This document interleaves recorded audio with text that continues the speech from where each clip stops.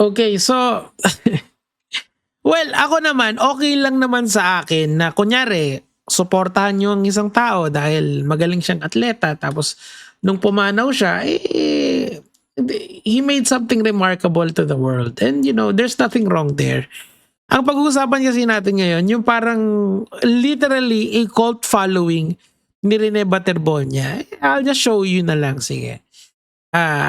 Ito yung dito muna tayo sa mga weird stuff, okay? Kasi this is so weird. Ayan sila patuluga, si Rene Gini, si Abiling. Abot yun sila din sa Hong Kong. So, naipamahiin po kasi sa bansa natin na yung mga pumanaw ay re-reincarnate as hayop. Minsan may magpapakita na paro-paro. Dito sa case nila nanay, ano daw po, kalapati.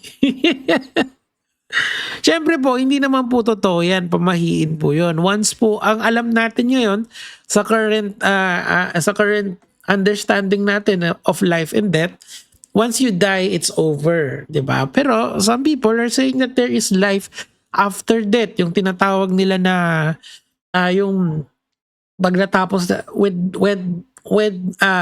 pag bumalik na daw si Jesus Christ sa mundo, or meron naman yung reincarnation. Ayan nga, yung Hinduism philosophy na yan. So, I'm not sure kung ano yung tama at mali doon, pero ang para sa akin, I will stick with what I know.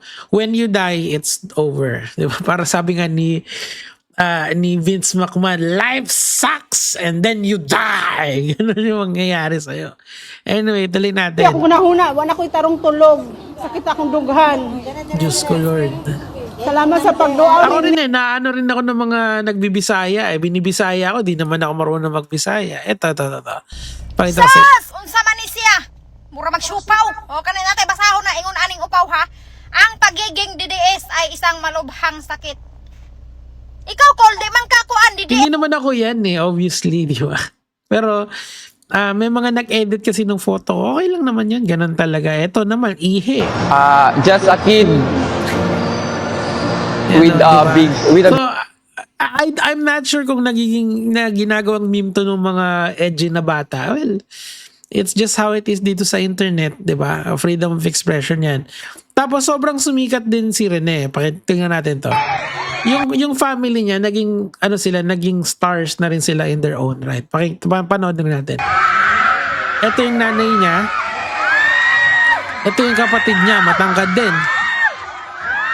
Di ba? Mga kapatid niya. So sana, kasi, I believe ang Ateneo will bibigyan sila ng scholarship, di ba? Hanggang sa makapagtapos sila. Sana lang talaga ay yung ma-avail nila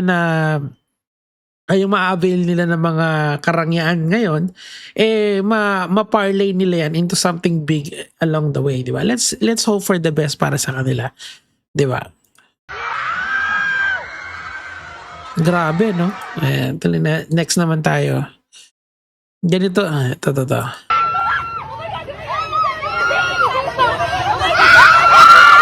So, naging mga local celebrity na good for him, good for the guy. Kasi miski nawala yung kuya niya, at least yung kasikatan niya na parang na-inherit nila.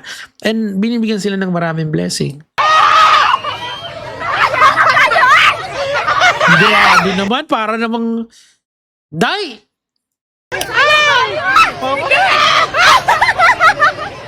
May gilig pa. Like, I don't understand that.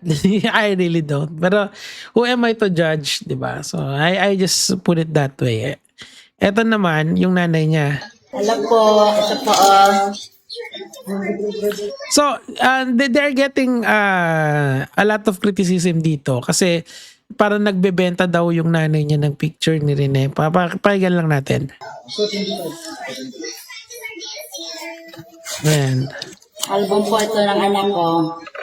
Available na po ito ngayong 40 days po. Pang 40 days niya ni Rene, parang picture, okay. Yung nag-order po nito na nagbayad ng Hindi ko pa napadala. Pagkatapos po ng 40 days, magpapadala po ako sa inyo. So after 40 days, kasi yun yung parang wake period, tama, bago pamahiin ng tradition pala, hindi pamahiin. Tradition yun ng mga Katoliko, di ba? So I'm not sure. Apo, Ito yung yan? favorite ko. Okay. Tingnan nyo, Ito po yung paborito ko. Picture niya dito. Okay. Tsaka ito.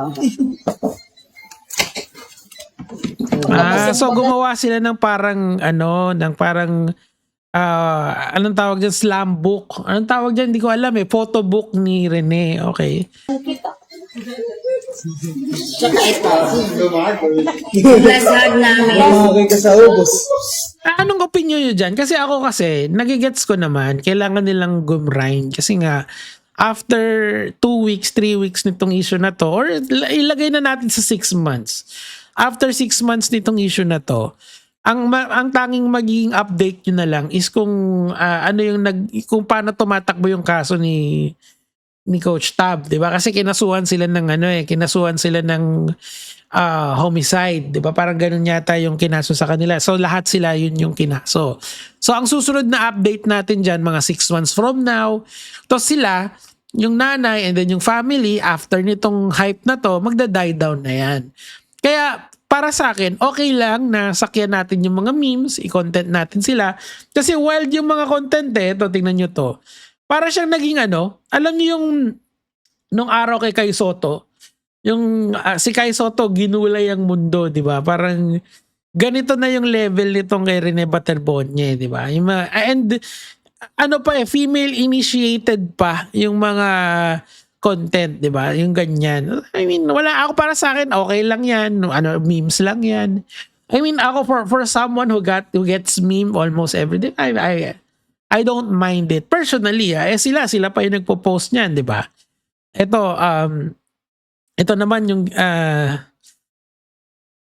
ano bang ginawa rito? Yung gumawa ng sculpture ni Rene. Kasi 'di ba, gusto nilang gusto nilang gawing parang statwa si Rene. So meron nang gumawa rin, 'di ba? So talagang on all front, talagang maraming kumikita kay Rene. And that's good kasi nagkaroon ng ecosystem sa kanya.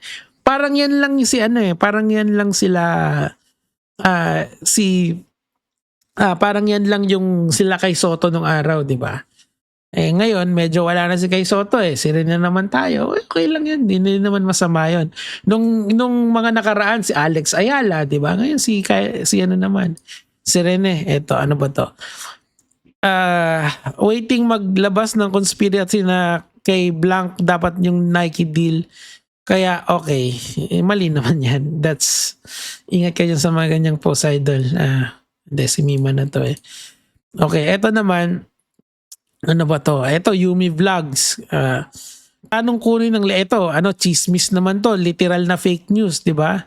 Diyos ko Lord, di ba? Mga walang kaalam-alam sa kahit basketball. Biglang maging basketball vlogger tapos gagawa ng fake news. Lintik. Anyway, shoutouts kay 3B Ballers. Ang nire-recognize ko na kaisa-isang real-time na basketball vlogger. Anyway, tuloy natin. Ito po, Gagi, pwede po kami magpapadala sa inyo. Teka lang. Through GNP. Ito po, ito po. Pagbigyan nyo na. Ako para sa akin, pagbigyan nyo na. Kasi yung mga tarantado sa comment section, wala na naman kayong magawa Diba? Kita mo tong mga hinayupak na to. Waiting po sa libro niya, No Limit ang Year. Celebrity ng mga Bisaya. Hindi naman, mali na yan. Waiting po sa libro niya, El Filibuster Rene. Atang Rene. Tinda po kayo next time, palaman Rene Peanut Butter Butterbonya. Pinagkakitaan na, pabayaan nyo na, seryoso. Kasi after nito, saan sila kukuha ng pera? Breadwinner nila si Rene, di ba? At least ngayon nakakakuha sila ng karangyaan sa buhay nila Yung nanay ni Rene, babalik yan kung ano man yung trabaho niya. Hindi ko naman iisipin na isang bank manager yung nanay ni Rene, di ba? So pagbigyan nyo na habang kumikita ng ganyan. Sana nga yung mga kapatid mahilig din sa basketball, di ba? Ngayon, I believe makukunin sila ng Ateneo de Davao, di ba? Ay.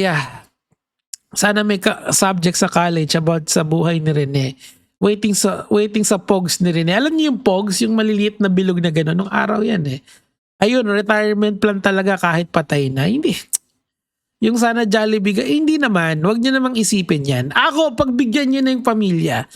Kasi alam mo yon, si Rene kasi, yung buhay niya, of course, hindi naman agad-agad magaganda yung buhay nila nanay dito. Pero, habang tumatagal yung career ni Rene, magiging icon siya, 'di ba? Magiging icon siya, or at least kung makakuha siya ng mga deals na unti-unti makakaahon sila sa kahirapan. Yun yung na-deprive kay Rene, yung potential niya na iahon talaga sa kahirapan yung magulang nila. Gagawin niya naman yun eh. I believe Rene is that kind of guy. So sila, kung ngayon, kumikita sila, hindi naman permanent yan eh. Napaka-iksi lang ng window time niyan. Most people will buy that kasi maingay pa yung pangalan ni Rene. Pero after 2 years, after 3 years, it's gone. Give it to them. Alam mo yan yung realization ko dito sa internet eh. If someone is not doing anything illegal, let them be. Ibigay mo na. Kunyari, nung araw, di ba, ako iyakin ako nandun sa mga fake shit pranks, di ba? Pero na-realize ko, kung hindi naman siya inherently illegal, then I'm good with it. Kung gusto ng mga tao na manood lang ng ganun, then that's good. That's fine.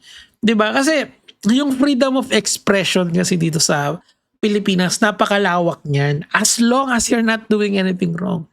Ito lang, ginagawa lang ng nanay niya. Nakakita siya ng way para matustusan yung pamilya nila for the next foreseeable future na napaka-short lang naman yan. Bigay nyo na. Huwag na nating awayin. Yan lang yung aking sa inyo, pakiusap. Pero kung gusto nyo naman sumali dun sa mga memes, bahala kayo. Your life, your choice. Yan lang naman po, gege mga lods.